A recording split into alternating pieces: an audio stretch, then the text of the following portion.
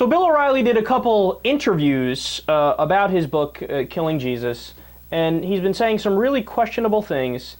And in all seriousness, it's something that's above the crazy pay grade of Bill O'Reilly. Now, don't get me wrong, Bill O'Reilly, we already know he's somewhat crazy, but he's better than Rush Limbaugh, he's better than Sean Hannity, he's right about roughly 2 things per year, but that's 2 more than Glenn Beck, 2 more than Rush and the rest of them, right? But now he is just right with the rest of them. Now, why do I say that? Listen to why he says he wrote Killing Jesus. But how did the idea come to you? All of the ideas come to me in the middle of the night. And one night, I just woke up and it went, Killing Jesus. And I believe, because I'm a Catholic, that comes from the Holy Spirit. My inspiration comes from that. And so I wrote Killing Jesus because I think I was directed to write that. You believe the Holy Spirit directed you to write Killing Jesus? Yes, I believe that. And why would the Holy Spirit choose you? You're asking me to speculate about the deity. Well, you are suggesting that you are the chosen one, Bill. I'm not the chosen one. I'm just one of many who have been given gifts. I can write and I can bloviate on TV. So I'm trying to use the gifts in a positive way. And I believe that's all directed, and that's why I'm here on the planet. That's amazing, man. This dude actually believes that God, number one, God exists, he's certain. Not, I don't know, nobody knows, because that's the honest position, right? He said, no, God exists. And he cares about what a conservative commentator in the United States of America writes. What happened, God?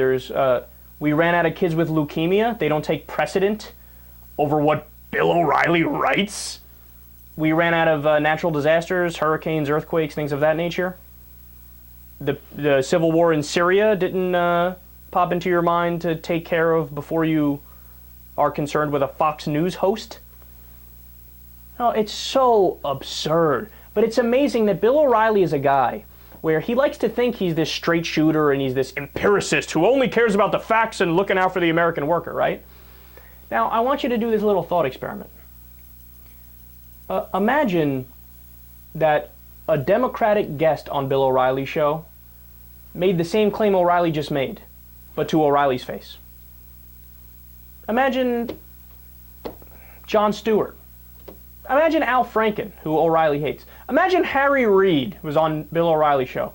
Says, yeah, Bill, I wrote my biography, and there's a lot of really personal stuff in there and a lot of life lessons, and I was inspired by the deity to write it. He came to me in the middle of the night and said, you are special, and you need to spread this message to the world. Do you think Bill O'Reilly would accept it?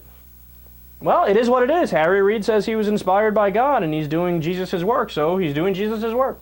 Bill O'Reilly would mock that person relentlessly. He would scream for evidence and say, wait, you loon, you're a pinhead. That's what you're a pinhead, saying the deity is speaking to you. How do you know? Prove it, prove it. But when Bill O'Reilly makes the statement himself, well, everybody back off. It's just what I believe. It's what I believe. You can't say, hey, are you against beliefs? Are you anti-Christian bigot? You're a bigot, aren't you?